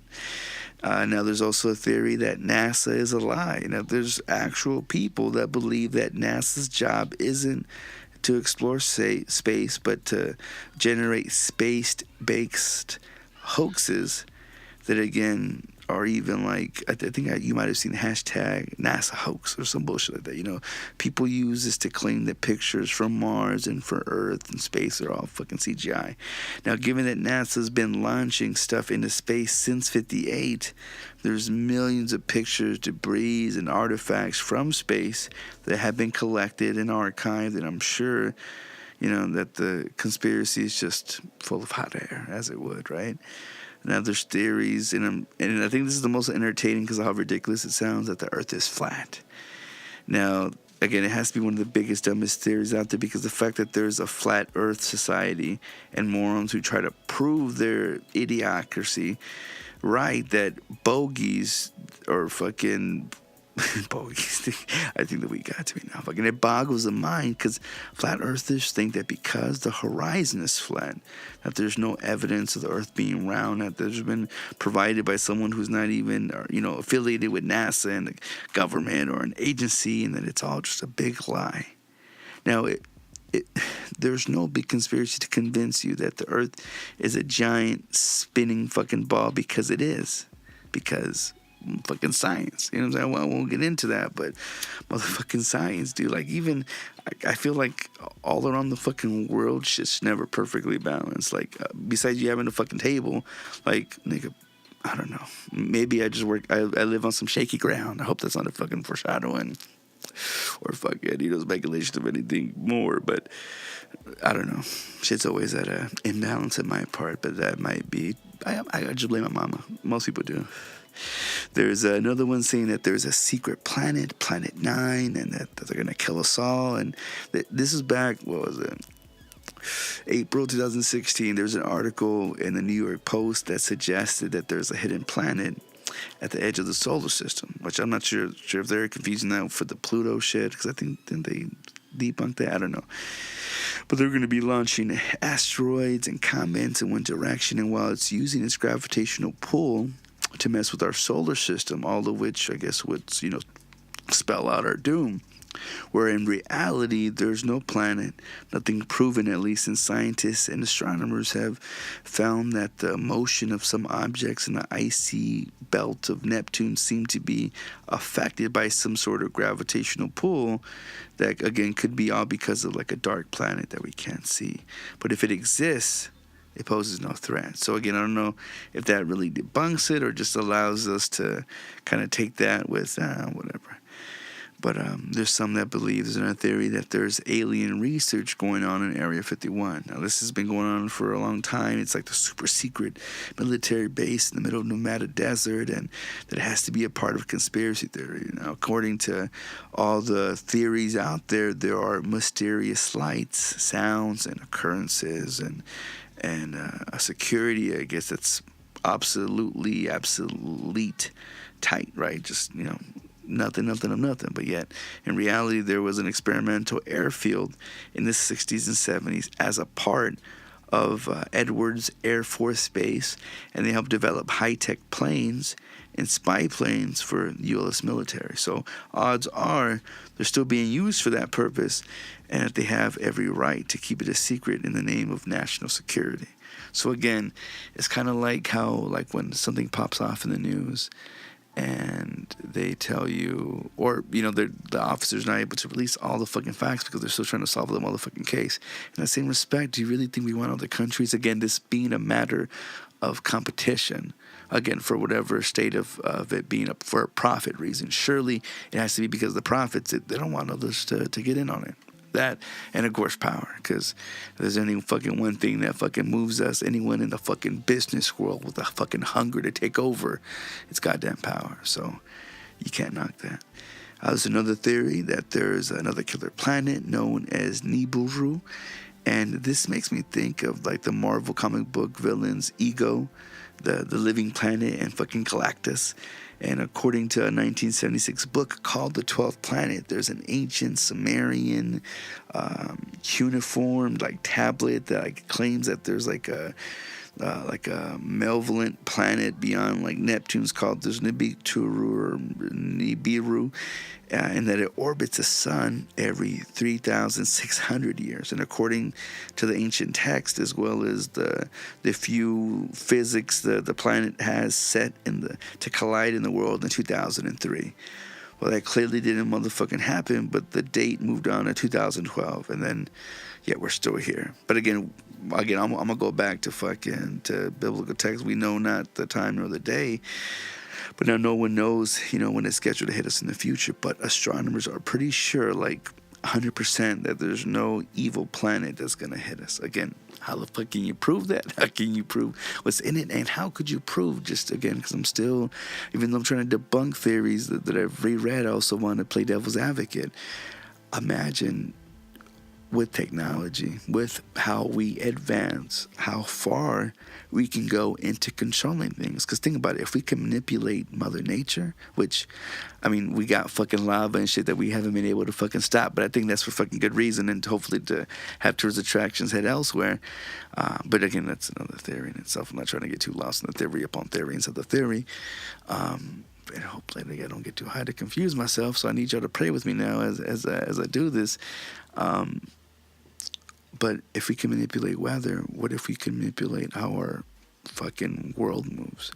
Who's to fucking say that in the fucking earth core, through all of its, I'm sure, rich fucking resources for some fucking where, if we're not able to, like, if that's not the fucking mothership, and we can control where the fuck we're going.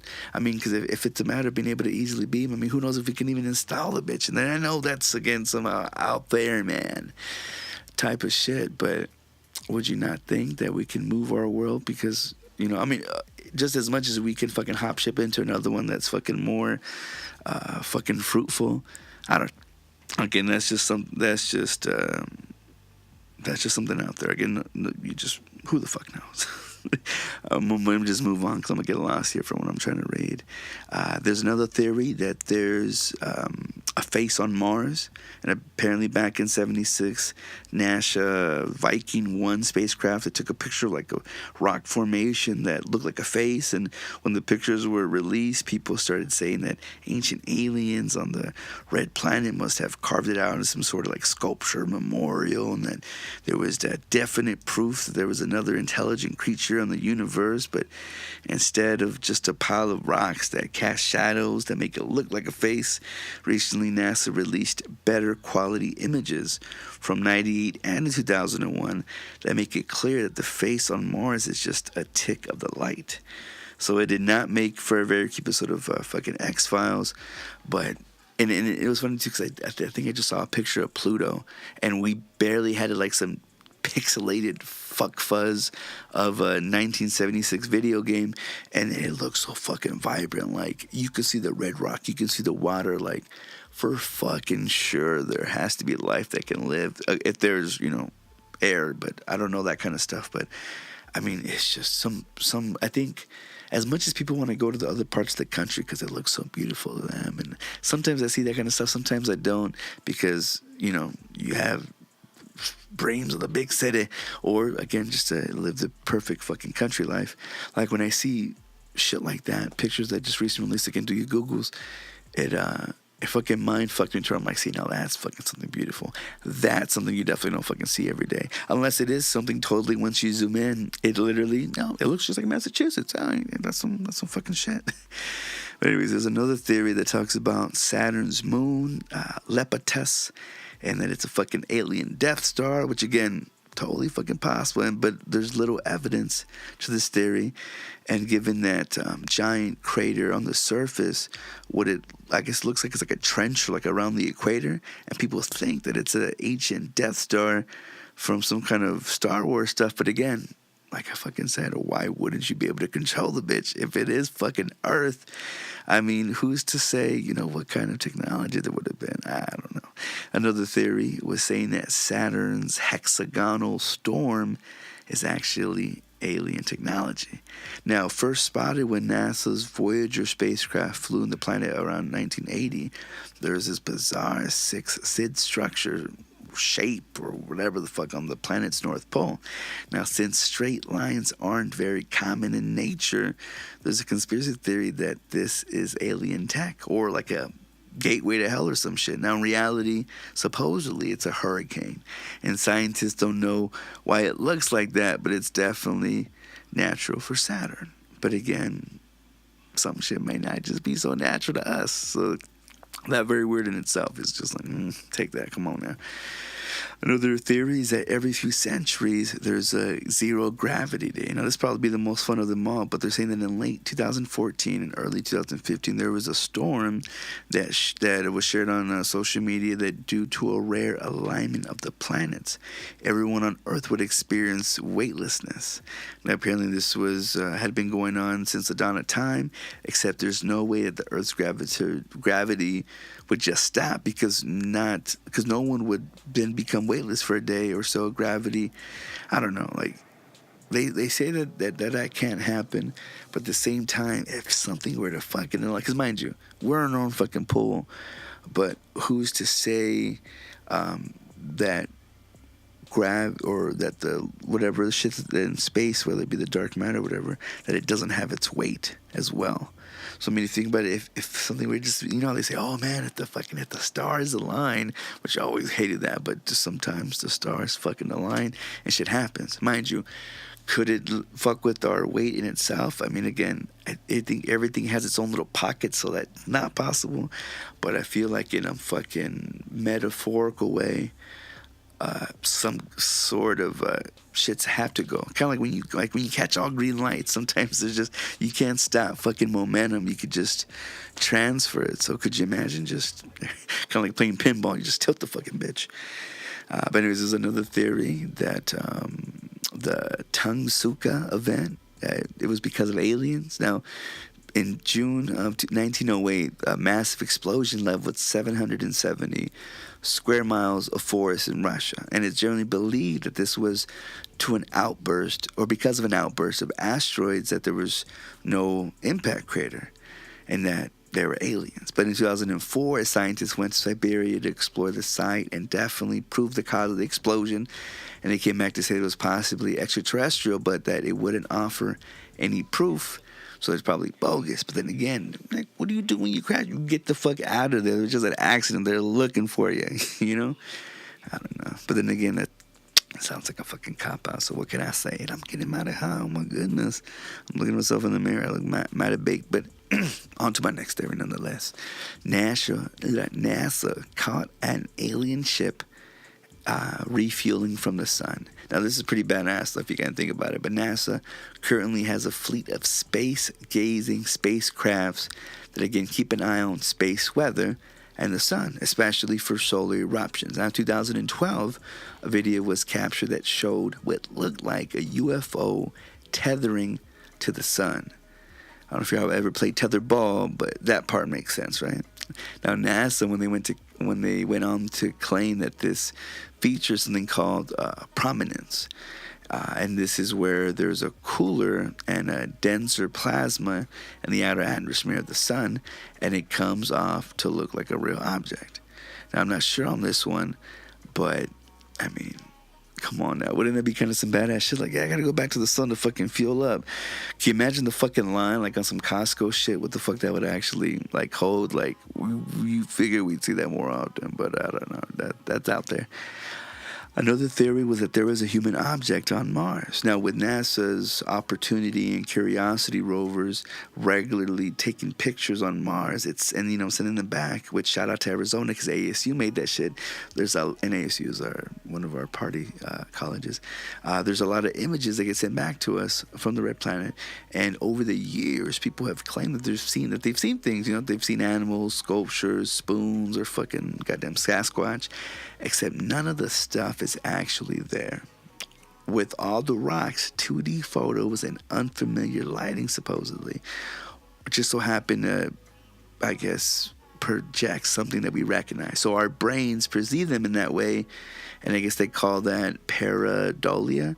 And I guess that's when the brain perceives meaningless images and random patterns, kind of like how you would, like a Rorschach test or some shit like that.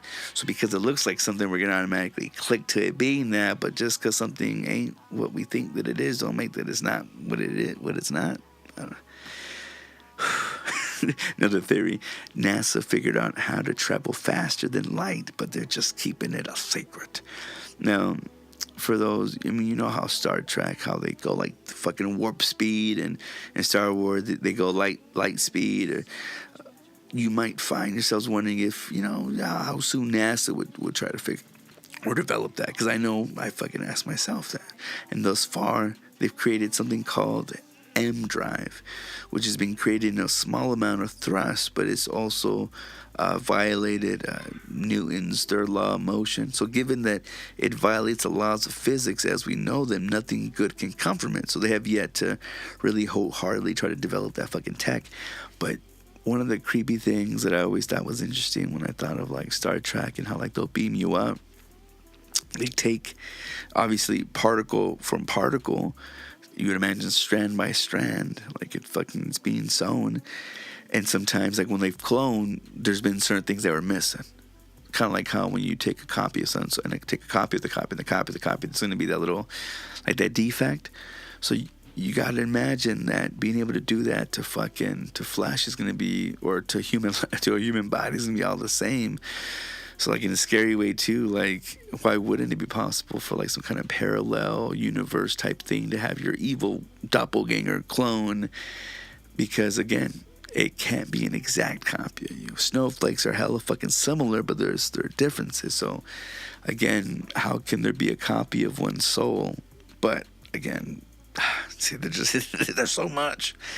There's another one talking about how there's alien-made canals on Mars, and I mean, according to what's his name, author Parcerial Lowell, writing back in 1800s, early 1900s, something like that, where again they saw canals on Mars built by ancient civilization, and used his own telescope to sketch out a map where the canals went and how they moved. And one thing I guess that the caveat is that no one could find the canals today. And I mean, we have fucking higher powered telescopes and satellites. Like you figure we would see some sort of documentation on it. But then again, like why? How couldn't they have been destroyed? I mean, if we have fucking ruins, who knows at what time signatures someone else, somewhere else, some other planet, fucking beats on. But I feel like that's just a whole nother batch of crazy that I'll leave for another day, or hopefully where I'm not fucking by myself and I'm just fucking talking into a microphone, because some would think that that's damn near retarded. One of the things that I thought was mad retarded that I never really included as part of the show was topic of video games. So for my nerds out there, especially since nerd culture I think is more acceptable now that you don't just have to be some pudgy motherfucker that came from a broken home that maybe didn't do too much exercise, so your outlet was that. But there is something beautiful about it, whether you're doing it just as a distressor, whether you're really wanting to escape into the world, or whether your competitive nature is about how you can apply mind over matter and do it in a way that maybe won't personally hurt you. Whatever it is, the reason why we do what we do is, to each their own, whether you motherfucker that just plays FIFA and Call of Duties, or whether you really into the lore of story. One of the most recent releases that I normally never get video games when they're brand new, whether it be the Jewism in me that doesn't want to spend $60 plus tax is one. Another thing is the fact that I always, and again, this probably being a cost conservative factor, is that I usually know that after so long, it's going to then get on sale, or you can get it whenever which way. Like, for example, because my boy Jesus was playing, holy shit, the motherfucker's been loud. That's my baby, forgive me. He's walking around now, so he's just banging on walls. Give me attention. One of the games that I wanted to play with my homie was the new Dragon Ball Z, which if you're my age and you fuck with that anime, or just you happen to catch it on syndication on regular TV, it became like your after school program. So there's just a little bit of love to have for it. Well, now, because the technology shit looks just like the fucking cartoon, and you're fucking beating ass, and of course, you're doing it with a friend, hopefully on the couch, or now online, find some fucking kid in Asia probably beating your ass because he lives and breathes and he's about that life. Well, I remember I caught that game and I saw that it was misplaced with the previous version of it. So naturally, I was like, $30. I was like, that I don't fucking mind, because that's brand new, that's relevant, let me get it. And because I think it was at the Walmart, I was like, lady took pity because I made a sense of, hey, y'all put it in the wrong spot, let me get that price. That is my notorious function for when I go to stores. See where they fucking misput something, because people ain't perfect. This shit ain't done by robots yet. So you gotta always appreciate human error. And at least I try to make it so that it fits my dividends. Anyways, most recently, because I did get the government job, the wifey, she's like, you know what? She bought me God of War. And I say that because not only to flouse a little bit, but because I would have waited, just like I did the last game, until it was $10, you know, just because, you know, games take too long, and when you got a family and responsibilities, you can't let it consume you the way that it used to, but it's nice to have, and I'm a bit of a collector of sorts, and whatever, I got the game, and for y'all that are PlayStation fam, the PS4, and I'm pretty sure the new generation of games are probably going to have a remastered of it, but it's so fucking gorgeous. Just from a graphical standpoint, I mean, we're near the end life of the current generation of video games. Xbox One, PS4, Switch is always a hybrid in between cases, not only because it's an actual hybrid system, but whatever, that's another point. God of War, and again, they're rebranding it, so I guess it's restarting normally under Greek mythology, now under Nordic. And so if you're following the fucking wave of new Marvel films and you're fucking with the Thor and shit, that's the kind of lineage that it has. Now, it's a deep fucking lore that comic books barely fuck with. You know, unless you really get deep into it, you're not going to see too much about it, even in the movies itself. Unless you're Easter egg hunting, and that's a whole nother fucking type of nerdism. Anyways, this fucking game, it's about Kratos, the main guy, who again is a god, especially in the other games. And I haven't finished it yet, so I'm not giving a full review. But what's so fucking dope about it, especially me having my baby, his relationship with his son, who again is more his mother's son, but again this god fell in love with this woman. So there's just such deepness. And this kid about 10 years old, so there's a lot of what you see with most parenting of. Kid not listening, going off into his own shit. You having to teach him lessons, him getting himself in his own situations where he learns a lesson. Like, all that is so fucking real to life. Yet again, you're in this magical realm where you're fighting fucking demons, fairies, and other nefarious fucking beings. And it's fucking dope. Again, the controls are totally mixed up. So if you're looking for the button smashing stuff fun that you had in the first couple God of War games, it's definitely there. It's just done more eloquently, and it's tough as fuck. If ever you all played these games, I mean, mind you, I love games, but I'm not the best at them, and there's definitely a definition of it, but you figure things out, and you get better, and I think that's the whole point. Instead of it holding your hand, or it being on some fucking Demon Souls / what do they call it now, Dead Souls or some shit. Fuck, it's you know what I'm talking about. They just had the third one come out, and they're probably gonna rebrand it. They're also the people that did Bloodborne. I can't believe that's just escaping me here. But anyways, it's not that kind of a masochistic sort of fucking torture yourself kind of game. It's just, you know, you got to learn how to use all the mechanics in it. So it's mad dope. Whether or not it's worth your $60 to be current and talk about what's in. Again, it was a gift, and it was beautiful. And whenever I get it, whenever it's nighttime, I ain't gonna lie, there was a few times where the kids are fucking running around, and I wanted to play it on the big TV. Fuck all y'all getting to see. But it's ill. So if y'all in that route, I say do that. If you're like me and you invest into the yearly subscriptions, that is the ability to even play online, which is funny because I hardly even play online unless it's like Fortnite or PUBG. But PlayStation have their PS Plus thing, as well as Xbox having their Xbox Live. In the same respect, they give a couple free games, which not so much free, but included with the package, and you get to hold on to these games for as long as you have an active subscription or the fucking hardware space. But a lot of times, if you're like me and you're not about that life of having to buy the external hard drives, which you kind of have to, but to dedicate one to a system is like, it's up to you how much you want to hold at once, because eventually you could delete and ultimately fucking re-download. But anyways, Xbox right now, they have a game that I had to hunt down. I got it dirt cheap, but that didn't stop me from trying to sell the bitch, called Vanquished. There you go.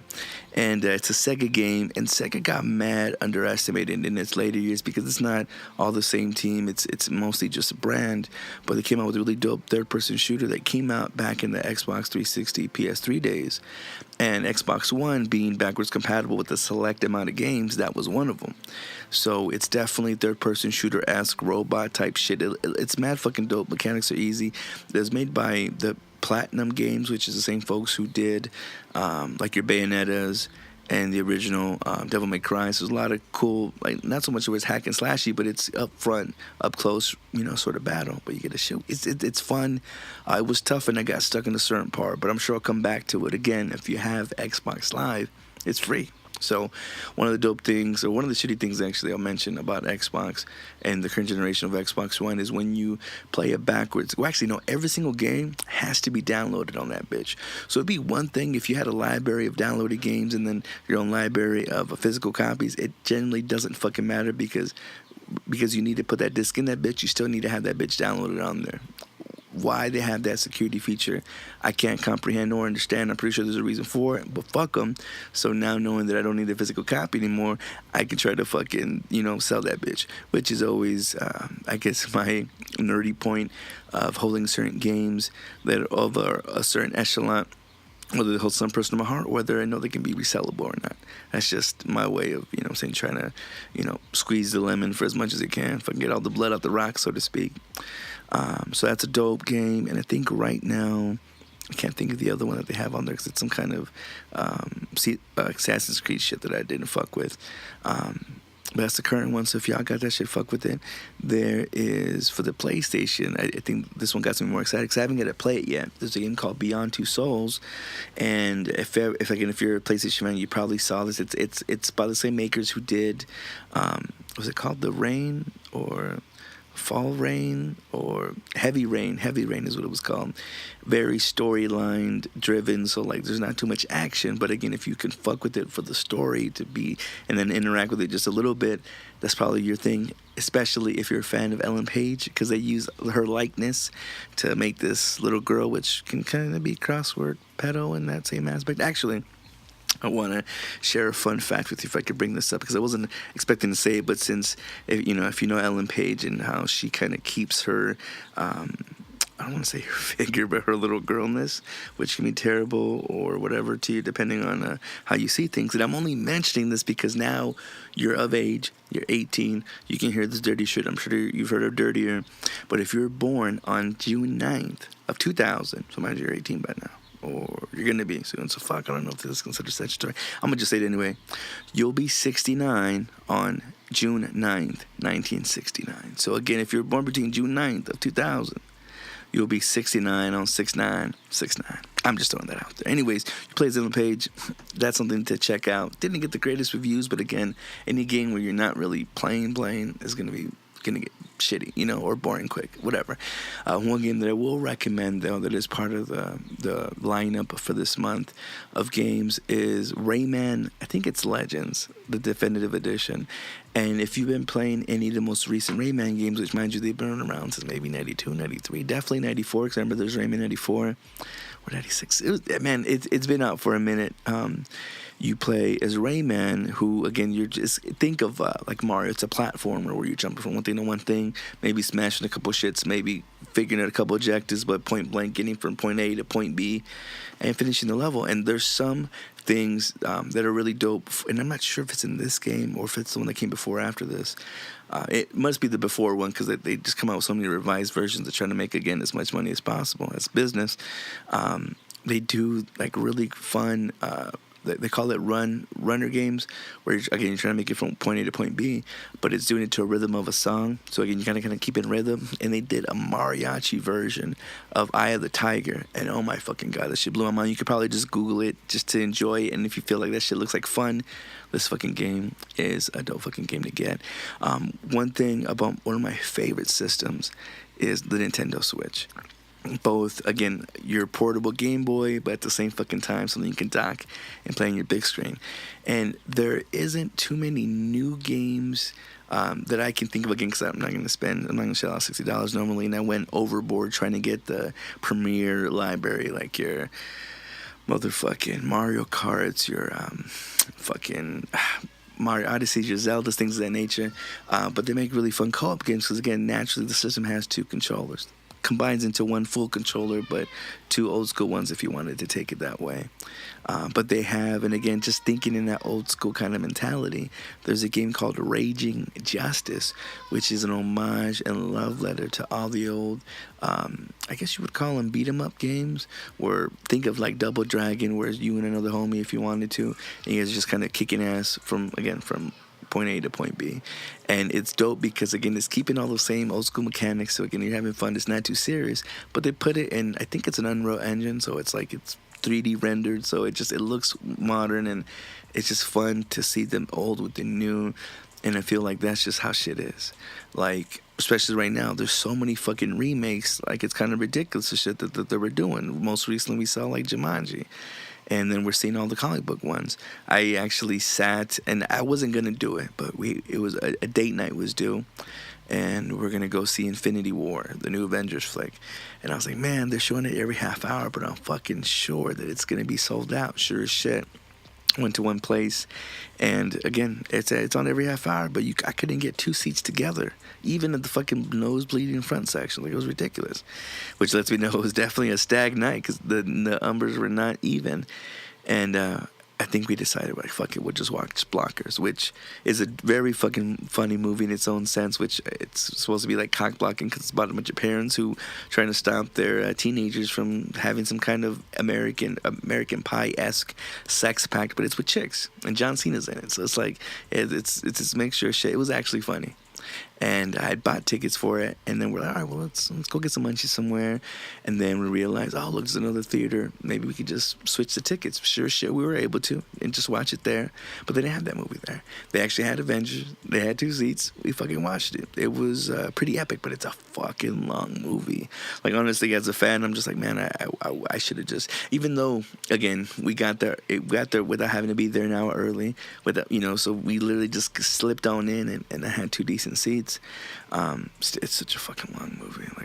Like I fucking hit my little vape pen in that shit, and it was so funny because she called me by my government name out loud, like as if you would expect anything other of that kind of behavior. Come on now, we chilling, right? Eventually, the next week, I think we ended, or the next few days later, we're like, fuck it, we double dipped on movie nights, and we actually saw Blockers, and that a legit funny movie. I was thinking, man, Michael Cera, fucking John Cena, his ass, you kind of total fucking opposite people. I don't know how the fuck I confuse them. Anyways, he's always kind of the awkward white muscle guy, but no, he was legit funny. He knows what he's working with, and he does it.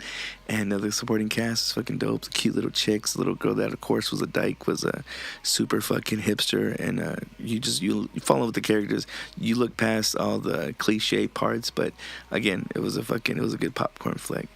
And so if y'all out in the movies, y'all should see that. Actually, I was trying to go see Deadpool, but again, I didn't want to deal with all that bullshit. And I actually saw a bootleg version online, but the internet was so terrible, it was buffering so hardcore. I'm like, oh, fuck this shit.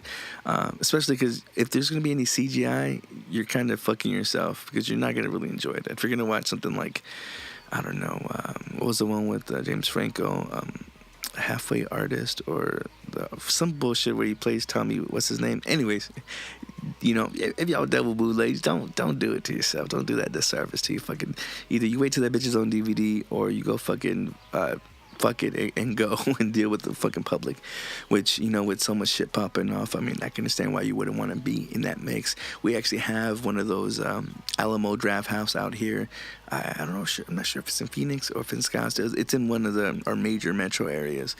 And I always think back to when that Amy Schumer movie, I mean, it happens again so often, from Batman to, I don't even know if the most recent one was Amy Schumer, but I know one of the Amy Schumer movies came out, which it wasn't even all that obscene.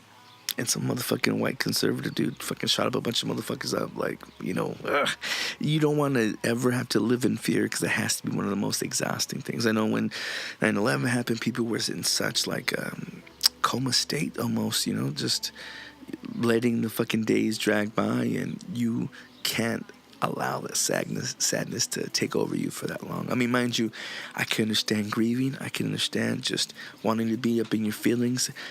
But hopefully you're only in those feelings for as long as it takes for you to see from a clear perspective, from being able to see from another view, because a lot of times we make the mistake of seeing shit in the same aspect that got us in this shit to begin with. And how are you going to see something different if you're in that same mind state? Again, that might be deeper than you would want to fucking hear, but Always take that into consideration when you find yourself in a situation. Again, some things you can't prevent, and some things you gotta fucking roll with the punches with. You know what I mean? I really don't know, when our time's gonna happen. I hate to sound bleak and fucking Bible-y and shit like that, but some things you just don't fucking see coming. Like most recently, there was a Seachin Airlines co-pilot who got fucking sucked halfway out the cockpit window.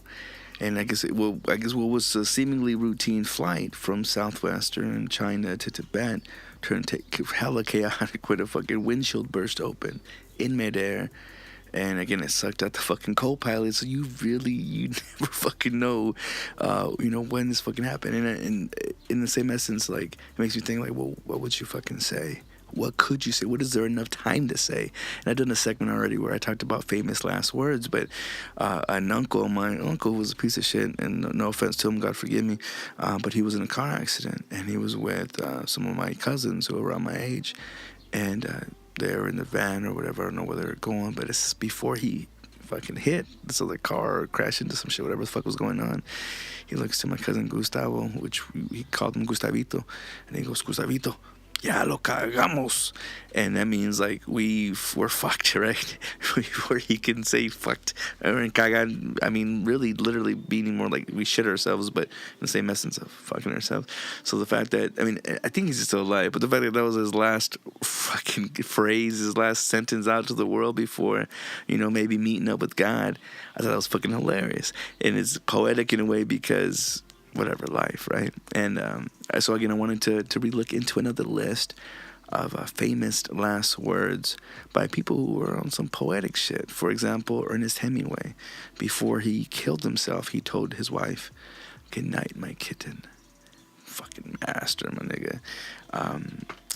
Another one came from Jane Austen in response to her sister, Cassandra, who was asking her if she wanted anything. She said, "I want nothing but death." I don't remember how she died or why, but sweet fucking release, man. That's why this shit shouldn't be illegal for those who have done courses or, signed proper paperworks. But another one by J.M. Barrie. He was the writer of Peter Pan.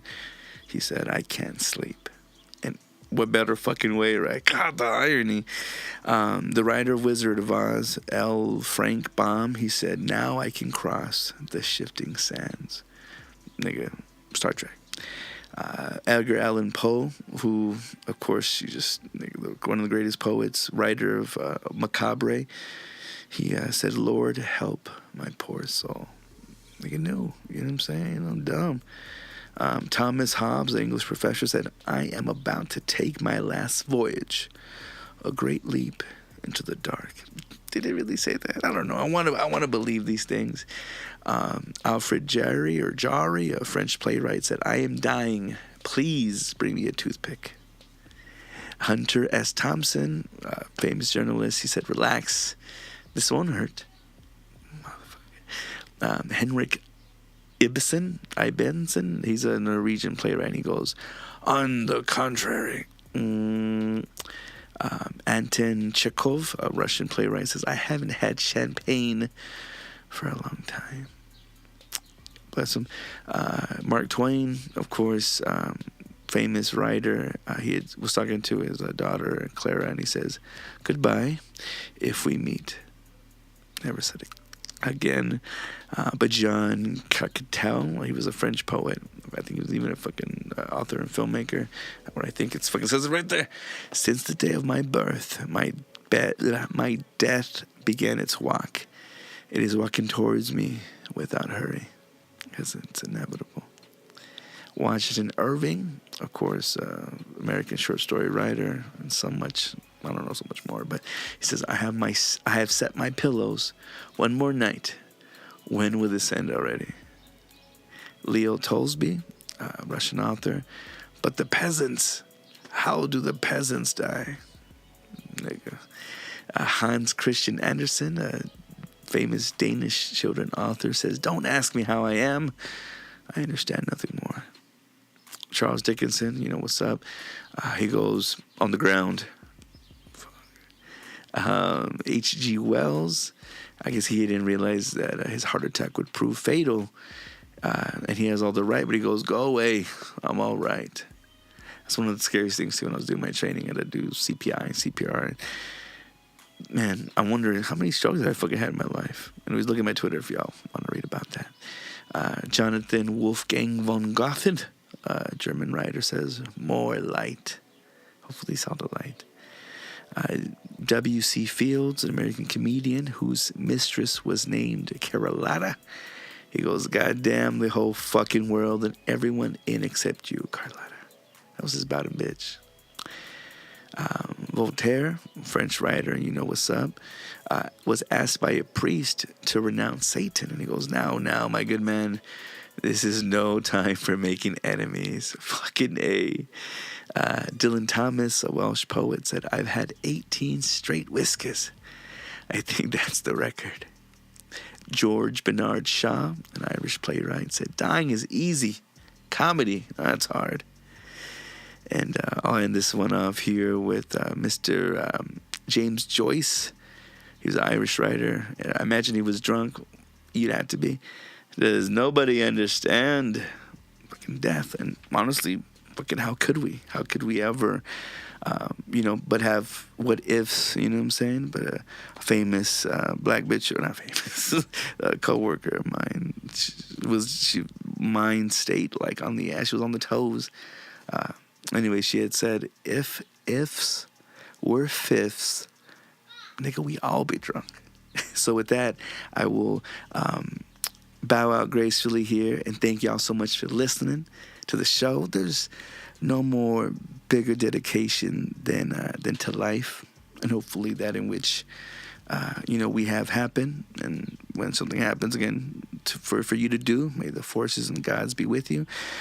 If ever you want to become a producer of the show, by all fucking means, y'all can go to www.patreon.com/soulpapo. Again, that's SOULPAPO. So again, if you ever want to get at me on most social medias, you can get at Soul Papo. Again, that's SOULPAPO. Hopefully one day come at you with another show, if the Lord permits. You know what I'm saying? You'll hear back from our boy Arizona Verse, and hopefully on to greener pastures, bigger figures, and more blowjobs. Again, this has been great to talk at you. Hopefully y'all can talk to me. God bless and be with you. I'm out. I came. I love singing and dancing. Hiya, folks. For 50 cents, I'll suck your dick. Well, it's a great price. It almost makes me wish I had a dick for you to suck. Oh, I'll take that as a yes. You two are the most decorated officers in this department. What do you say? Looks like a rubber gone wrong to me. This wasn't a robbery. This was a hit. Someone out there is killing puppets. Hey, handsome. You looking for some rotten cotton? I'm a woman. That's okay. Yeah, that's even better. Got a good time for you. We're gonna catch the bastards who did these murders. Because bodies are going to start piling up. You're one of the best damn cops I've ever seen. I'll have your badge for this. I'm in the fucking FBI. Oh, yeah? What's that stand for? Fucking big idiot? If shit gets crazy, I'm gonna go crazy as shit. God, are you all right? I ruptured my hymen. This pure ecstasy. I'm not doing this. Do it.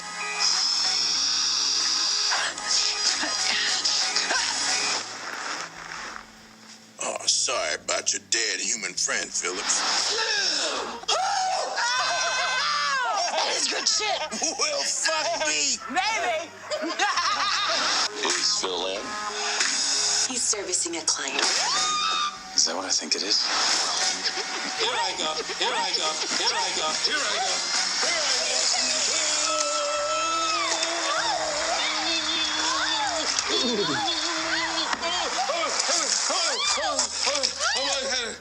Don't touch it, it hurts. Second round.